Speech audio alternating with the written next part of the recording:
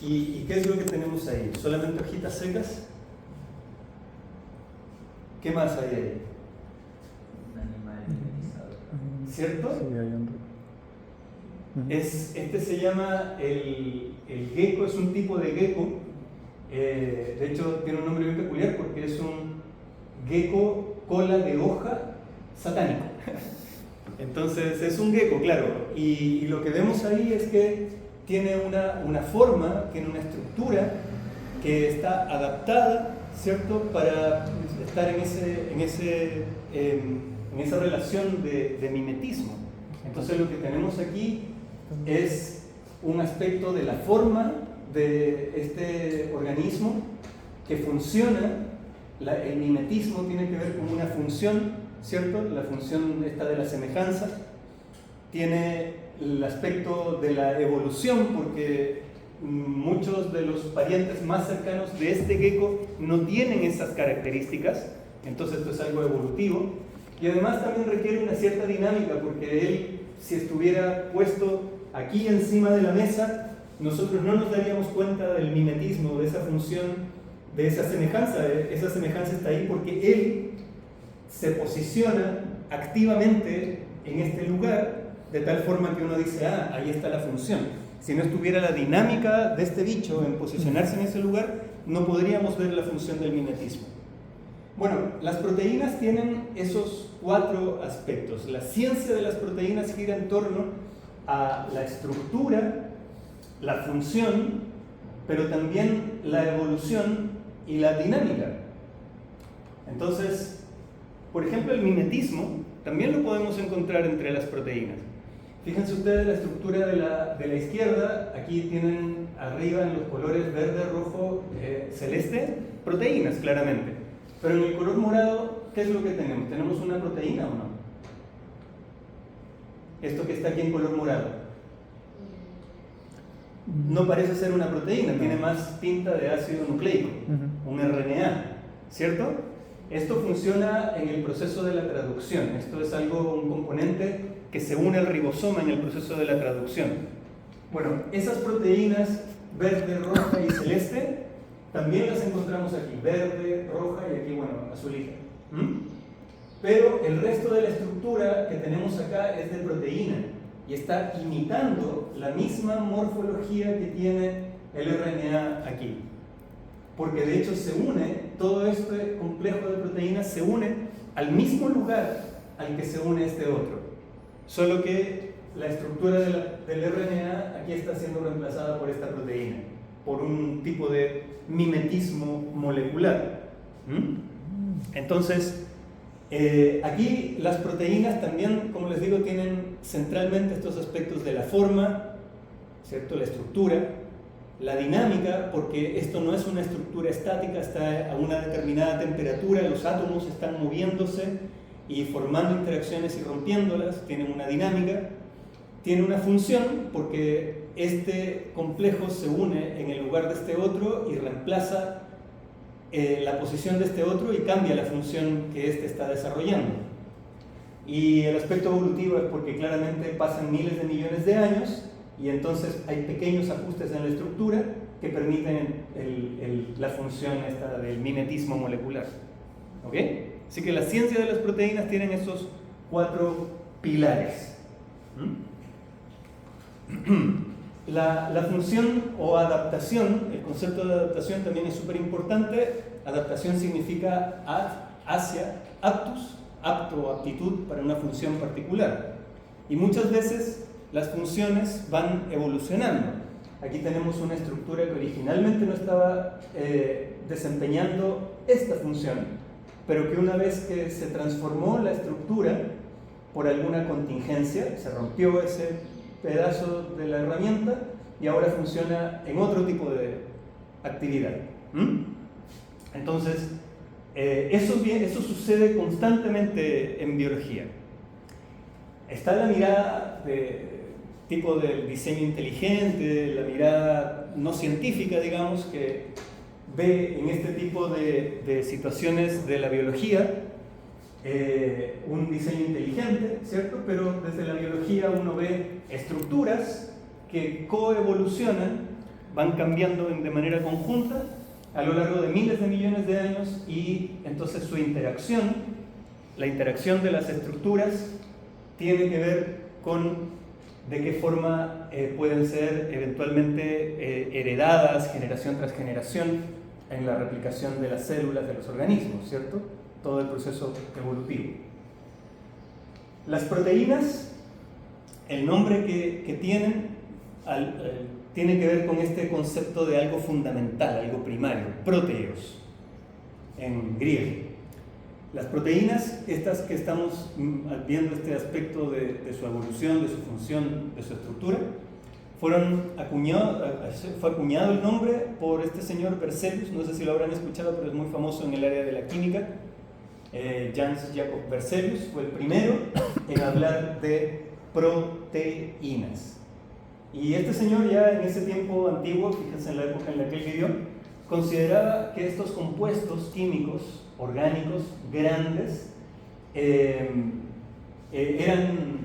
parecían ser la sustancia primitiva de la nutrición animal, y entonces nosotros, si uno va ahí y le cuenta a cualquier persona que no esté relacionada con la biología, les habla de proteínas, lo primero que a mí me ha pasado es que lo relacionan con el tema nutricional, proteína nutricional. Si voy al gimnasio y quiero desarrollar mi musculatura, me como mi paquete de proteínas porque las proteínas son los músculos, ¿no? Entonces siempre ha estado esta relación de las proteínas con la nutrición. Pero todo lo que les venimos nosotros a hablar hoy día y en el resto de los días es para ir más allá del concepto de la relación de proteína con nutrición, sino ver estos aspectos de su estructura, su función, su dinámica, su evolución, la ciencia de las proteínas. Además el nombre mismo, hay otros hitos en la ciencia de las proteínas y tienen que ver con estos otros aspectos de las proteínas, como por ejemplo su secuencia, ¿cierto? La secuencia de los aminoácidos. Bueno, hubo este señor Fred Sanger en 1900, nació por ahí en 1918, pero en 1955 por primera vez determinó la secuencia de aminoácidos completa de una proteína, de la insulina. Y no sé si habrán escuchado hablar de la insulina, pero es una proteína bien súper pequeñita. Entonces, como es tan pequeñita, no le costó mucho llegar a su secuencia de aminoácidos completa. Y ya ahora nosotros somos capaces de ver la secuencia de proteínas que tienen miles de aminoácidos.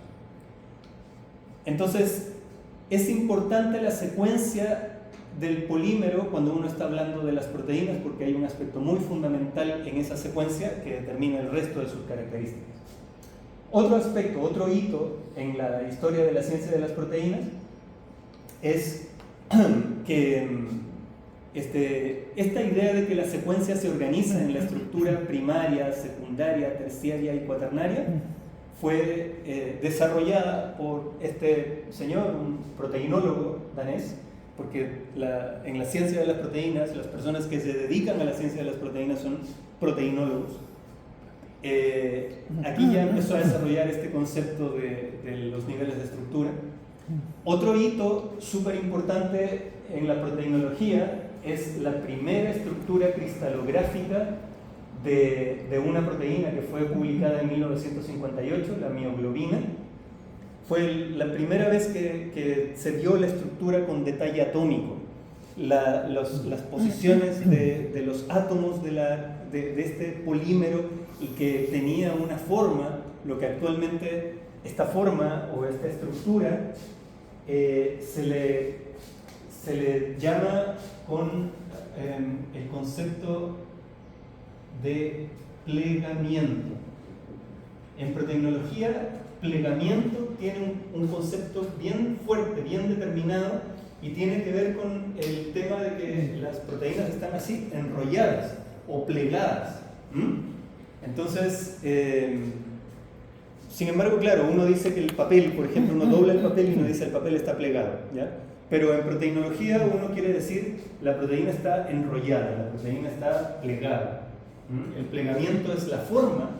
Uno dice esta proteína tiene un plegamiento así cruzado, como podría decir. O esta proteína tiene un plegamiento de barril. Entonces uno habla del plegamiento cuando quiere hablar de la forma de las proteínas. Y otro hito también en la proteinología es la idea de este señor Anfinsen de justamente la estructura del plegamiento nativo. Porque si tenemos una secuencia no plegada, la secuencia de los aminoácidos, ¿cómo es que adquiere ese plegamiento? ¿Cómo adquiere la forma? Entonces también se le dice plegamiento a la adquisición de la forma de la proteína. En inglés eso lo van a encontrar como folding, el proceso del plegamiento. ¿Okay? Entonces folding es el proceso del plegamiento, pero también folding o plegamiento es la forma final a la que llega. Así que esas son ideas generales de la proteinología, y una manera de ver lo importante que son las proteínas en las ciencias. Conversando con Víctor se nos ocurrió, a ver, ¿qué tan importantes pueden ser las proteínas para el desarrollo de la ciencia? ¿Cuántos premios Nobel han sido entregados a proteinólogos a lo largo del tiempo? Entonces fuimos y le preguntamos a ChatGPT, no, a DeepSeek. Me gusta más DeepSeek que ChatGPT. Y esto es lo que me respondió, que los premios Nobel en el campo de la proteinología, en distintas áreas, las fue clasificando. Por ejemplo, en la estructura, las proteínas yo les decía que se determinan por cristalografía de rayos X, pero actualmente también se determinan por criomicroscopía y también por NMR, resonancia magnética nuclear. Y se han entregado premios Nobel para esas áreas. Por ejemplo, ese que yo les mostré era de Max Perutz y John Kendrick en 1962, en 2017 por la criomicroscopía electrónica, el NMR en 2002. Yo estaba haciendo mi doctorado en ese tiempo y entonces tenía un amigo que le gustaba mucho el NMR, y un día él me dice: me voy a ir a Suiza a trabajar con el profesor Kurt Buttrich. Y entonces yo no sabía qué había hecho Kurt Buttrich, y sucede que en ese tiempo era súper difícil sacar la estructura del mediante NMR, porque el NMR es muy detallado con respecto de las interacciones de los átomos y tiene una manera de analizarse que es muy intrincada. Y entonces solamente se podían estudiar estructuras de moléculas relativamente pequeñas, y las proteínas son súper grandes. Entonces a este señor le dieron el premio Nobel por desarrollar una metodología de este nivel de detalle para una molécula relativamente grande. En el área del plegamiento de las proteínas, ahí está, protein folding, plegamiento. Y una palabra súper actual es el misfolding, que es el mal plegamiento. ¿Ok?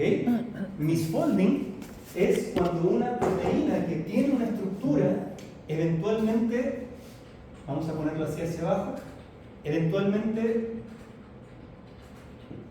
cambia su estructura.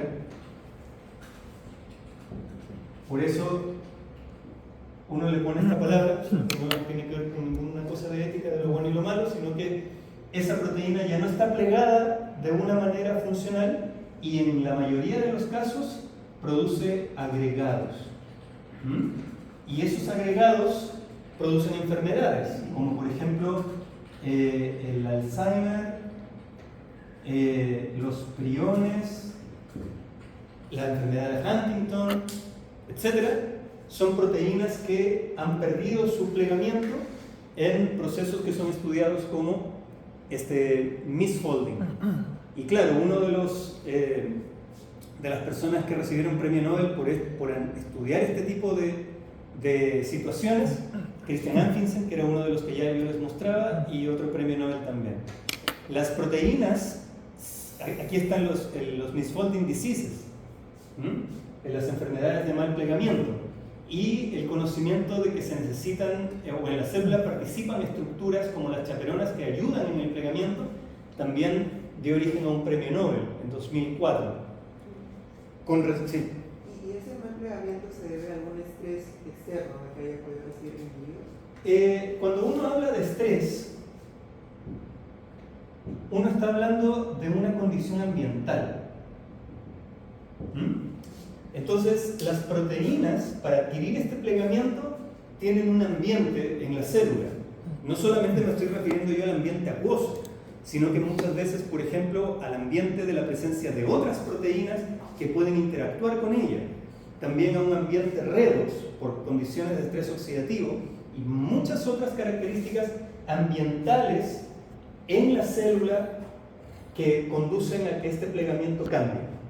Entonces, en ese sentido, sí, tiene que ver con un estrés, pero pensándolo a nivel molecular. No solamente el estrés por el que pasa un organismo, sino que estoy pensando yo en una macromolécula que interactúa con su entorno, del solvente, de las otras moléculas que interactúan con ella en la célula.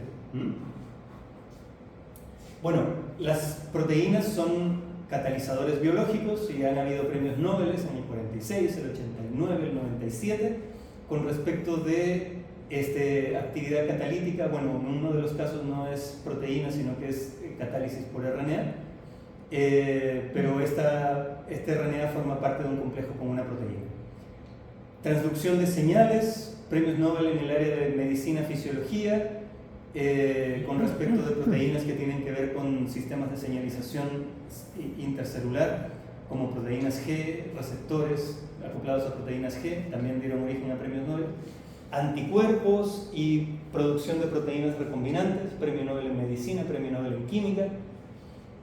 Lo que a ustedes les interesa de la proteómica como metodología relacionada a la espectrometría de masas también recibió un premio Nobel en el año 2002, y eso, bueno, lo van a ver ya más tarde en el curso, en qué consiste lo de la proteómica. Y también estudios computacionales, porque ahora, digamos pronto, desde mañana van a ver que todo el entendimiento de lo que le pasa a una proteína en su estructura, uno lo entiende a partir de estudios computacionales. Y actualmente hay predicción de estructuras, predicción computacional de estructuras, y el premio Nobel más reciente, que no aparece en esta lista, es por el software. Exacto, las metodologías de AlphaFold. Así que aquí se nota que la ciencia de las proteínas, la proteinología, realmente tiene un alcance que toca a la medicina, la fisiología, la biología celular, la inmunología, etc. Así que es la ciencia del futuro. Sean proteinólogos, todos. Bueno, vamos a ver ahora un poco de las bases de la estructura de las proteínas. Vamos a partir desde los aminoácidos y cómo se forma esta unidad fundamental del plegamiento, ¿ya? El plegamiento y la unidad fundamental de la estructura plegada es lo que se llama dominio de proteína. Es el concepto de dominio. Muchas veces ustedes van a encontrar en los papers que hay una secuencia, por ejemplo, hay una secuencia de aminoácidos y ese tiene un dominio, dicen que tiene un dominio, un pedacito de la secuencia que permite exportarlo hacia el extracelular. A eso le llaman dominio. Pero en realidad, cuando uno está hablando de la estructura de las proteínas, el dominio no es un pedacito de la proteína. El dominio más bien corresponde a la estructura tridimensional que adopta una proteína entera. Es una cosa mucho más grande que un segmento de 5 o 10 aminoácidos. El dominio es la unidad fundamental del plegamiento, por lo tanto es más grande. Así que bueno, vamos a hablar desde los aminoácidos hasta los dominios de proteína para tener esta base general sobre la cual vienen las siguientes clases. Desde los aminoácidos hacia el dominio de proteínas.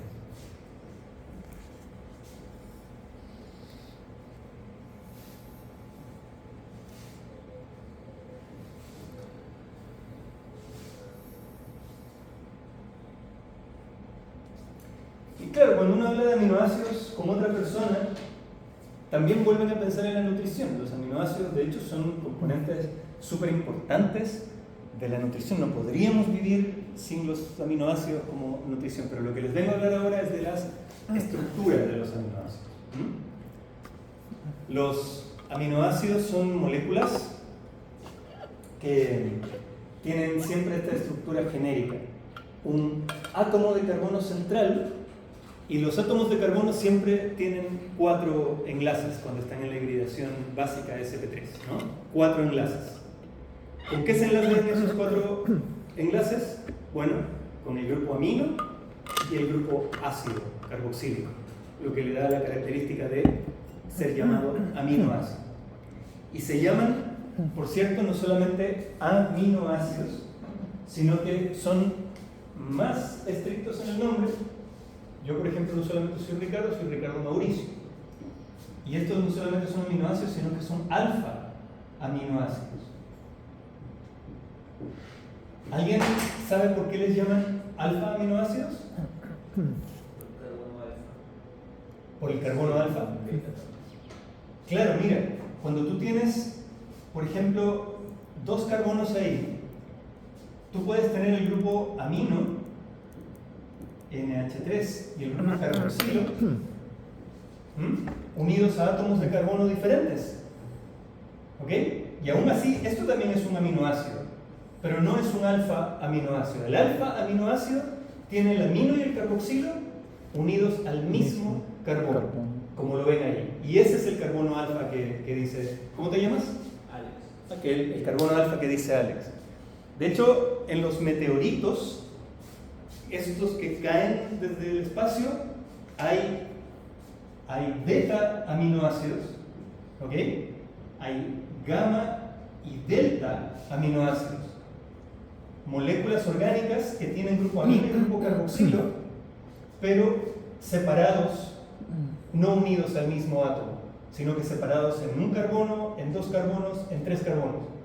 Pero de hecho los aminoácidos, incluso los alfa aminoácidos, son moléculas más allá de la biología, son moléculas de la astroquímica.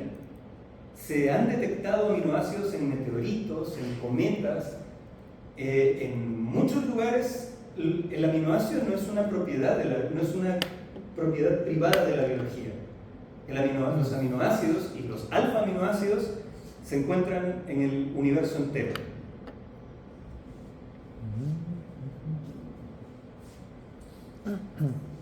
Y claro, bueno, yo en particular estudio el origen de la vida, esa es mi línea de investigación actual, y ahí es muy, hay investigaciones en el mundo que se preguntan por el origen abiótico de los aminoácidos, porque también se sabe que los aminoácidos no solamente se producen espontáneamente, independiente de la biología, sino que también se sabe que pueden polimerizar independiente de la biología, llevando en un camino plausible hacia el origen de la vida. Bueno, pero volviendo a los aminoácidos, este aspecto de su estructura, el otro aspecto de su estructura es que ese carbono, los otros 2 enlaces, cuando se trata de un aminoácido alfa, el otro enlace está con el hidrógeno, como lo vemos acá, por eso se le llama hidrógeno alfa. Entonces ahora ya estamos hablando solo de alfa aminoácidos. Y el cuarto enlace se realiza con un grupo químico que se le suele llamar grupo R, a veces porque ese R se piensa que se llama radical, otras veces el grupo R se le considera como residuo, ¿ya? Pero en general se le denomina grupo R y puede tener 20 tipos distintos, 20 aminoácidos que forman las proteínas. Entonces, 20 aminoácidos se les dice así, proteinogénicos, que son los 20 aminoácidos que forman las proteínas. O sea, son los 20 aminoácidos que están en el código genético, que tienen codones asignados. Y de hecho no son solamente 20, sino que son en realidad 22. Pero no se lo digan a nadie. ¿Ya? ¿Sabían que son 22? Sí, ¿no? ¿Qué otros aminoácidos, además de los 20 típicos, conocen? La selenocisteína. ¿Y el otro? Bueno, vamos por los 20 que sí son. Los grupos R pueden tener 20 tipos de característica molecular. Desde el más pequeñito, en donde el grupo R es un hidrógeno, igual que este, pero este es el hidrógeno alfa. El grupo R también puede ser un hidrógeno. Y ese es el caso de la glicina. El más pequeñito. Otro grupo R es el grupo CH3. En ese caso es la alanina, el aminoácido alanina. Los grupos R pueden ser más grandes que un grupo metilo. Pueden ser complejos, así como CH3, CH, como en el caso de la valina, la leucina, la isoleucina. Van incrementando en complejidad estructural. Hay grupos R que no solamente tienen carbono e hidrógeno, sino que también tienen nitrógeno, como en el caso de la glicina, de la arginina y de la histidina, que son aminoácidos que tienen una característica bien particular que lo vamos a ver en un ratito. Grupos R que tienen oxígeno, como en el caso de los que están mencionados aquí, en rojo, en color rojo está el oxígeno. Grupos R que tienen azufre, como la cisteína, la metionina. 20 aminoácidos proteinogénicos que difieren en su tamaño y en la complejidad estructural, dependiendo de si tienen ramificaciones, como aquí vemos aquí esta estructura ramificada, esta estructura es lineal, hay estructuras cíclicas, ¿cierto? Hay estructuras quirales o asimétricas. Entonces, ese grupo R tiene características generales que podríamos decirlas de esta forma. Algunos de los grupos R son apolares. En general, los que tienen carbono e hidrógeno son grupos apolares. Polares. Hay grupos R polares que además de estos tienen oxígeno, nitrógeno. ¿Ok? Entre los apolares también muchas veces se cuentan los que tienen azufre, pero eso, digamos, vamos a ponerlo en paréntesis para no agregarle complejidad a estos conceptos. Dentro de los polares que tienen oxígeno y nitrógeno, dentro de los polares están los que tienen carga positiva y carga negativa. Hay polares sin carga, pero hay algunos polares que tienen carga positiva y otros carga negativa. Dentro de los apolares hay algunos que son alifáticos y otros que son aromáticos. ¿Ok? Sistemas de dobles enlaces conjugados. Y aquí sencillamente apolares.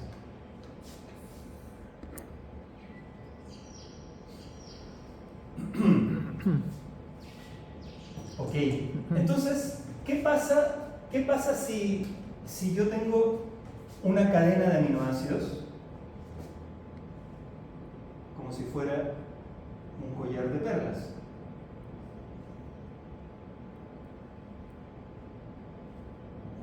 Etcétera. Y tengo los apolares que los voy a poner en negrito.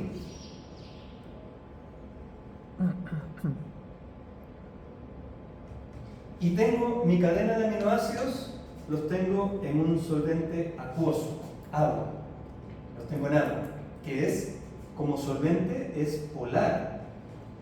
Entonces, como es un solvente polar, solamente va a poder interactuar con los polares de manera preferencial y no va a tener una interacción de alta energía con las regiones que sean apolares.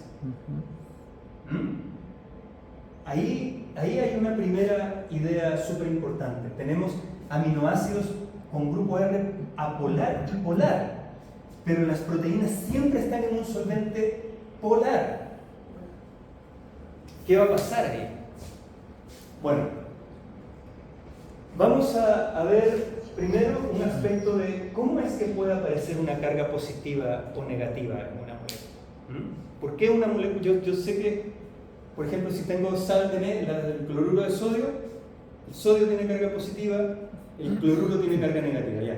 Pero aquí no tengo nada de eso. Yo no tengo ni cloruro ni sodio en estos grupos R, tengo puro carbono, hidrógeno, azufre, oxígeno, nitrógeno. ¿Cómo puede surgir una carga positiva cuando yo no tengo nada como un sodio, o un cloruro, o un fluoruro, o un bromuro? ¿Cómo aparece una carga positiva o negativa en este tipo de grupos químicos orgánicos? Yo les cuento. Sucede que tenemos grupos orgánicos ionizables. Grupos ionizables. Y en particular, el grupo amino y el grupo carboxilo mismo son grupos ionizables. ¿Qué significa en química orgánica ser un grupo ionizable?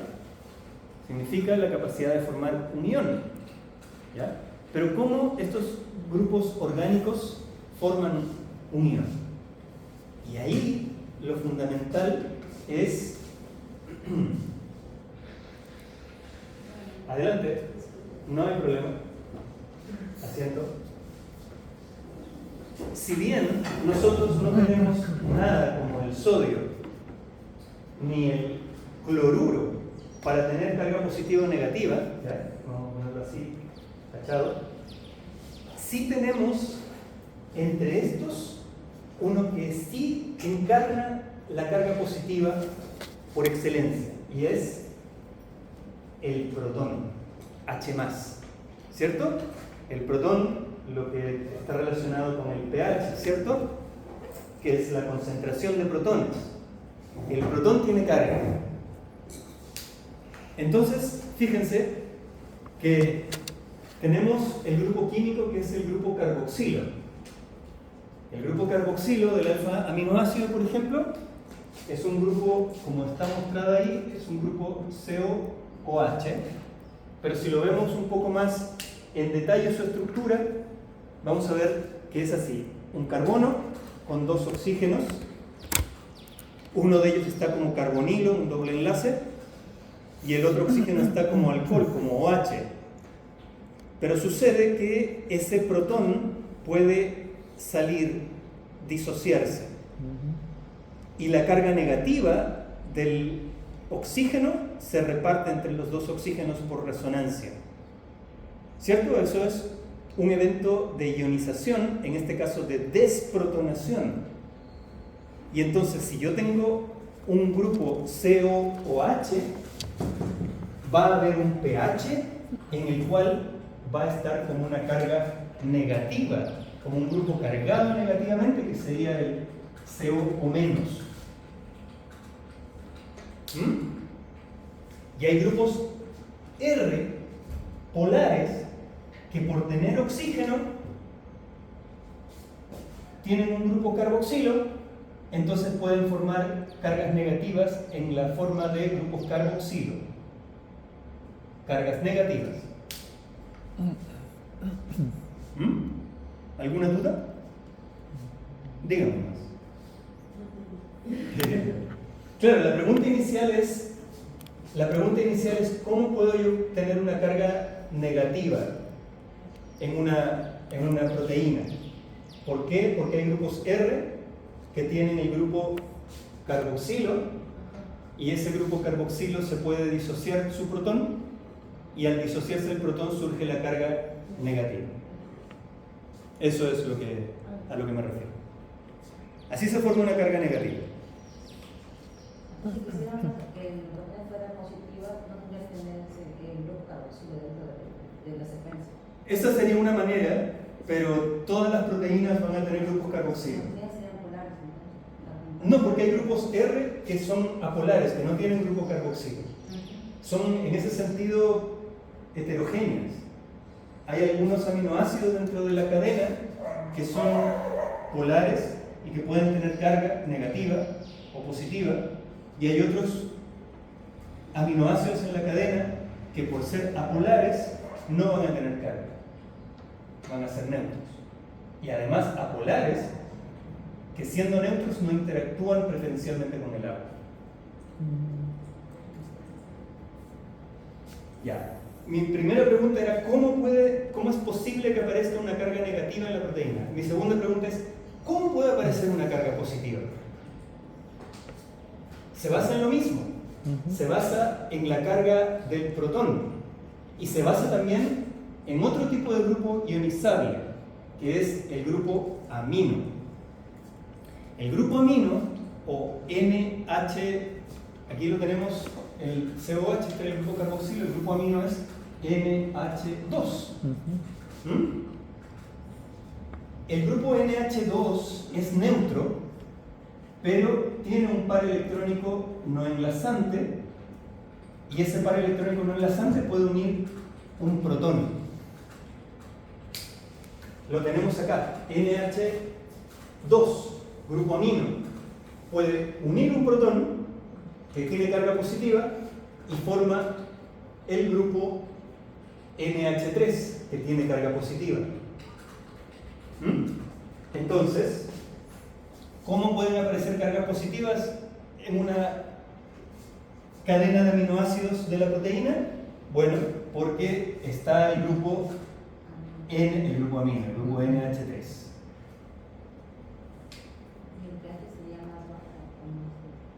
Ahí lo vamos a ver. ¿Cuál es la relación con el pH? El pH lo coloqué ahí porque es súper importante en todo esto. El pH es súper importante porque estamos hablando de que el protón es el que se va a disociar de un grupo carboxilo generando una carga negativa, o es el protón el que se va a asociar con un NH2 generando una carga positiva. Todo depende de la concentración de protones. Si la concentración de protones es muy bajita en el medio ambiente, este se va a tender a disociar, va a soltar protones y se va a convertir en negativo. Si la concentración de protones es súper alta en el ambiente químico, entonces este, como hay tanto protón, se va a protonar y me va a generar cargas positivas. Entonces todo depende del pH de la solución. ¿A partir de qué nivel de pH se considera que hay bastante o poco? Esa es súper buena pregunta, es súper buena pregunta, y vamos a encontrar la respuesta. Y bueno, primero tomemos como referencia el pH de la célula, que es el pH neutro, que es el pH 7. pH 7 se refiere a una concentración de protones, ¿ok? Se refiere a una concentración de protones en términos molares de 10 elevado a menos 7. O sea, una concentración de 10 elevado a menos 7 en términos molares. ¿Sí? O sea, estamos hablando de algo muy chiquitito. Porque fíjate, 1 molar, y esto es 10 a la menos 7 molar. O sea, ni siquiera es 0.1, ni 0.01,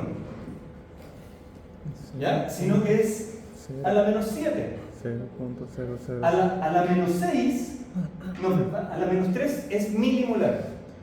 A la menos 6 es micromolar. Y a la menos 7 es 0.1 micromolar. Estamos hablando de una concentración muy bajita de protones. Ya, eso es nuestro primer punto de referencia, el pH 7. Ahí, la otra idea crucial para entender tu pregunta, ¿cómo te llamas? Rebeca.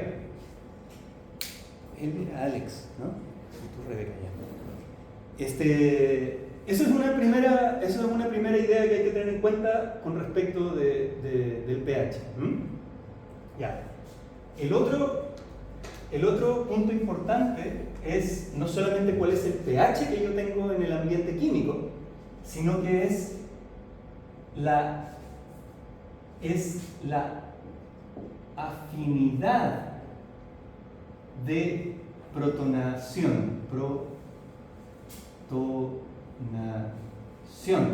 de estos grupos. Por ejemplo, este grupo no tiene mucha afinidad por su protón, lo suelta rápido,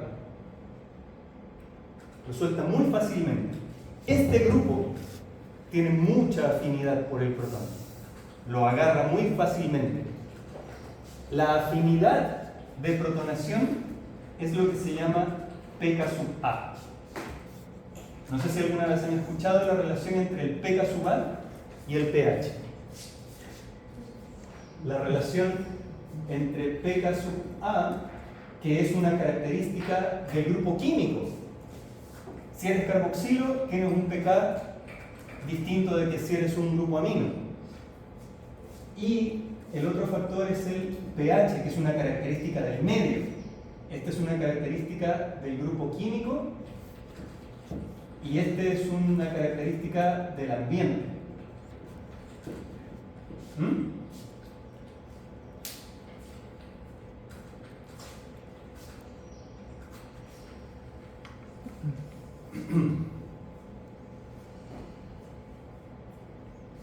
Bueno, solo por términos de nomenclatura, la forma protonada del grupo carboxilo es neutra.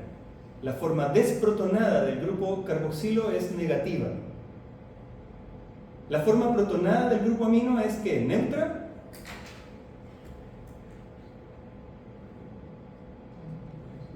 Es positiva. Positiva. La forma desprotonada del grupo amino es neutra. No. Neutra. Fíjense, el protonado del carboxilo es neutro, pero el del amino es positivo. El desprotonado del carboxilo es negativo, pero del amino es neutro. Entonces, tu pregunta iba más o menos relacionada con esto. ¿Por qué presentan carga? ¿Por qué está disociado este grupo a pH 7? ¿Por qué este grupo está protonado a pH 7? Por el pK-A o por la afinidad natural que tiene el grupo químico a protonarse o desprotonarse. El pK-A es el valor del pH por debajo del cual un grupo químico se protona. ¿Ya? Por debajo de pH 3.1, un carboxilo siempre va a estar protonado. Entonces a pH 7 estamos por encima. Por lo tanto, ¿cómo va a tender a estar? Estamos a pH 7 por encima de 3.1. Este grupo químico, ¿cómo va a tender a estar? ¿Protonado o desprotonado? Desprotonado. Y por lo tanto, negativo. El pK-A del grupo amino es 8. Entonces a pH 7, ¿cómo va a tender a estar? ¿Protonado o desprotonado? Protonado. Entonces siempre positivo. Entonces a pH 7, los carboxilos siempre me van a estar dando cargas negativas, los grupos aminos siempre me van a estar dando cargas positivas.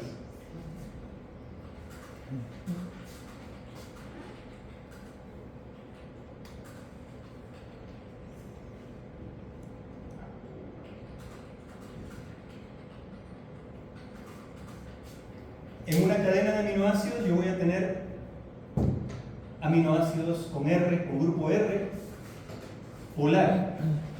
Algunos de ellos me van a estar dando carga positiva o negativa. Porque si se fijan en los grupos R, ahora fíjense acá, los grupos R, estamos hablando no del amino y del carboxilo, estamos hablando del grupo R del aminoácido. Hay dos de ellos que tienen carga negativa porque tienen grupos carboxilo en sus grupos R. Aparte del carboxilo del alfa carboxilo. No estamos hablando del alfa carboxilo, estamos hablando de carboxilo en el grupo R. Estos, el aspartico y el glutámico, me van a estar siempre dando cargas negativas, a pH 7.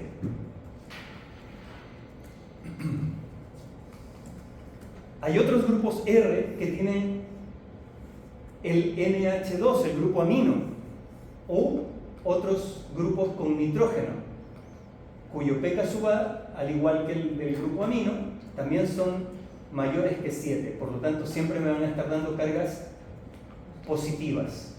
Esos son el grupo R de la lisina y el grupo R de la arginina.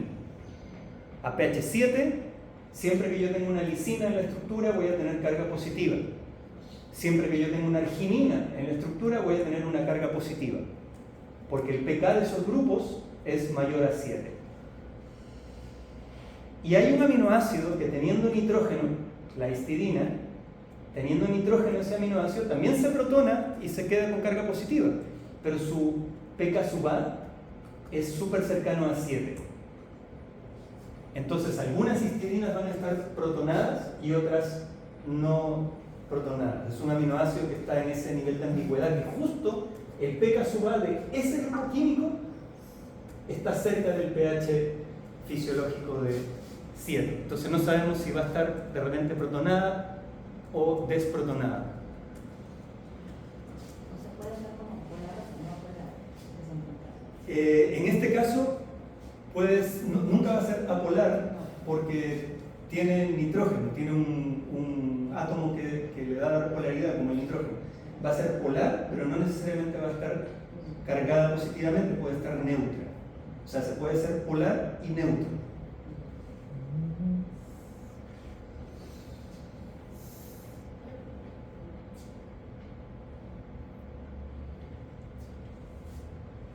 Entonces tenemos dos grupos R.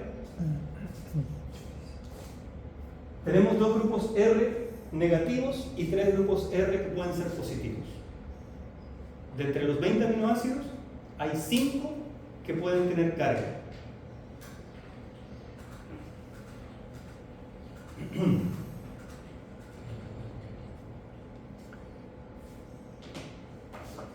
Esa relación que yo les comentaba entre pK y pH, capaz que lo hayan escuchado antes en términos de la ecuación de Henderson-Hasselbalch. Eso quizás se los enseñaron en la química, pero es solamente la relación entre pH y pK sub A, y un factor que es la constante de protonación, que tiene que ver con lo que les decía yo, la afinidad de protonación.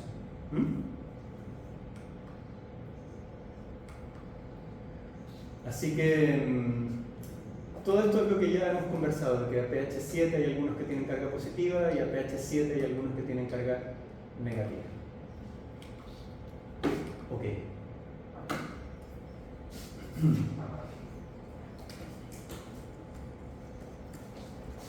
Ya resolvimos este punto. Los que tienen carga positiva y los que tienen carga negativa. Pero estaban estos otros, los apolares. Los apolares. Y eso es importante porque el agua es polar. Y cuando se enfrenta con algo que es apolar, no interactúan favorablemente, no interactúan con buena energía.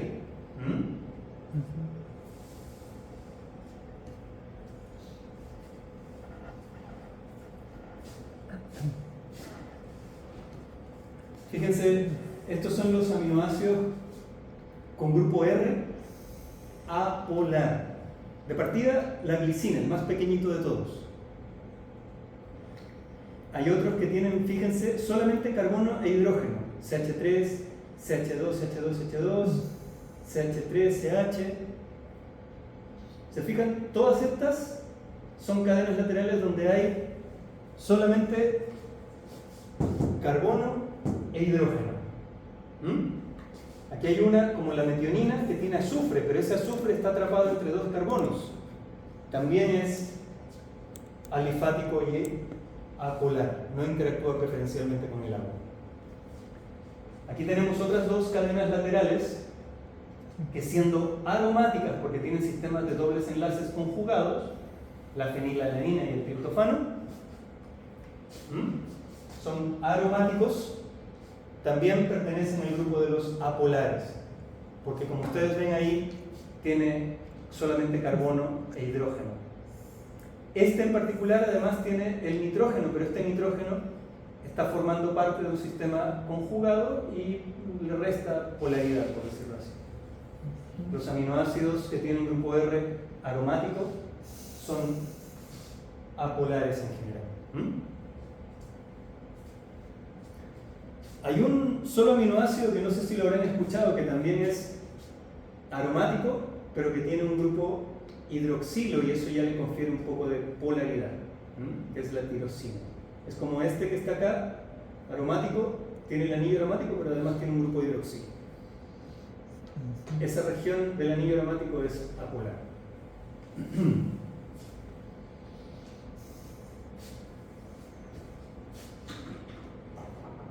¿Qué pasa en un solvente como el agua, con aminoácidos con grupos R que son apolares?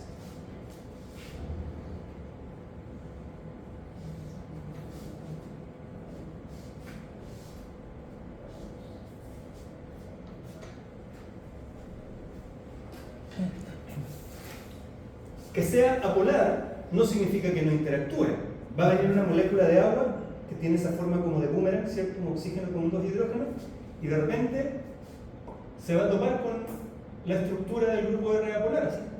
La topa, pero en ese momento en el que la contacta, la energía de esa interacción no es alta, es bien bajita.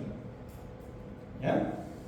Por lo contrario, cuando una molécula de agua contacta a un grupo R polar, como los cargados, por ejemplo, al momento de contactarla, de hacer la interacción, esa interacción sí tiene una energía importante. Y por eso se forman, por ejemplo, los puentes de hidrógeno. Una forma en la que el agua de manera estable está interactuando con el grupo polar, pero con los grupos apolares no hay una interacción estable y de buena energía. Ahora, si tenemos un grupo R polar y tenemos agua, esa interacción, como les digo, es una interacción que tiene una buena energía, pero si ese grupo químico, el grupo R, es apolar, entonces hay una energía muy bajita. Y como sistemas químicos, las interacciones preferenciales, las que más se dan, son las favorables. Las interacciones que no se dan son estas que son de baja energía. Ojo que el agua sí interactúa con la cadena apolar, pero la interacción, vamos a ponerlo así, es de baja energía, que no es lo mismo que repulsión. ¿Ok? La repulsión se da, por ejemplo, cuando yo tengo dos grupos que son positivos. Hay una fuerza electrostática que los separa. ¿Ya? La repulsión, como la repulsión entre cargas positivas o la repulsión entre cargas negativas, la repulsión no es algo que se dé acá. El agua sí interactúa con los grupos apolares, pero con una energía muy bajita. Entonces, cuando uno habla de efecto hidrofóbico, no cometan el error de pensar que algo hidrofóbico, como algo apolar, repele el agua, porque eso no es así. Cuando algo es hidrofóbico, no repele el agua, no hay repulsión. Hay una baja energía de interacción, como que no se moja nada más, pero no la repele con una fuerza como cuando tenemos negativo con negativo. ¿Ok? Así que hidrofóbico es sencillamente un nivel de interacción que tiene una energía muy bajita. Esto sí que sería equivocado pensar que hidrofóbico significa repelencia. Bueno, entonces cuando hay grupos R apolares, los grupos R apolares van a estar rodeados por agua, van a poder interactuar con agua, pero esa energía de interacción no es favorable. Entonces, en ese medio ambiente, las cadenas, los grupos R apolares van a interactuar entre sí de una manera más favorable, y el agua sí tiene una interacción favorable consigo misma, porque todas las aguas son polares. Entonces, agua polar con agua polar van a interactuar preferencialmente. Y por eso es que vamos a tener que los grupos R apolares se van a juntar entre sí. Es como el agua y el aceite. Este es el ejemplo mismo del agua y el aceite. El aceite no repele al agua, solo que el agua y el aceite tienen una energía de interacción muy bajita, tal que el agua más bien prefiere interactuar consigo misma. Ahí, agua con agua tiene una alta energía de interacción. Es como cuando, si aquí la mitad de ustedes habla francés y la otra mitad no habla nada de francés. Están aquí tranqui, súper amables unos con otros, pero dejen que pase el tiempo, dejen que pase unas horas, y ustedes van a tener a todos los franceses hablando entre sí juntos porque se entienden. No porque no quieran a los otros, solo porque esa interacción es más favorable. ¿Ok? Eso es el concepto de interacción preferencial. Y es también lo que hace que, por ejemplo, un fosfolípido, ¿cierto?, que es una molécula que habla los dos idiomas, que tiene una parte polar y una parte apolar. La parte apolar sí puede interactuar con el agua, pero la interacción preferencial se da cuando todas las partes apolares están más bien juntas, asociadas, y eso hace que se formen las membranas, las bicapas. En este caso también, esa estructuración es espontánea por un efecto de la entropía del agua, porque el agua va a quedar excluida de la interacción de o más bien las partes apolares van a quedar excluidas de la interacción con el agua. Entonces imagínense, aquí tenemos una cadena polipeptídica, ese tallerín verde que está ahí tiene grupos R apolares, que son los amarillos, y tenemos ahí agua alrededor, interactuando, pero no de una manera favorable. ¿Qué pasa si este tallarín se pliega, se dobla, se enrolla, de tal forma que los grupos R amarillos apolares están interactuando aquí preferencialmente? Entonces ahora estas otras aguas ya no están aquí tensas, teniendo que ejercer una interacción poco favorable, sino que están ellas interactuando de manera favorable entre sí. De esa forma segunda me parece más natural, o también se da primero, porque normalmente la proteína no está desplegada.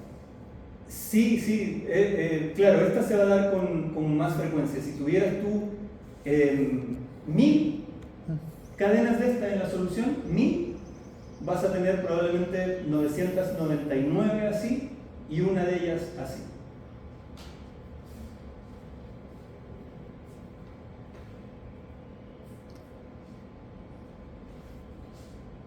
O sea, doctor, la proteína entonces adopta su forma cuando el medio le favorece a que ella se pliegue así. El medio siempre es polar, siempre es agua. Ahora, supongamos que el medio sea otra sustancia diferente al agua, ¿adoptará la misma forma?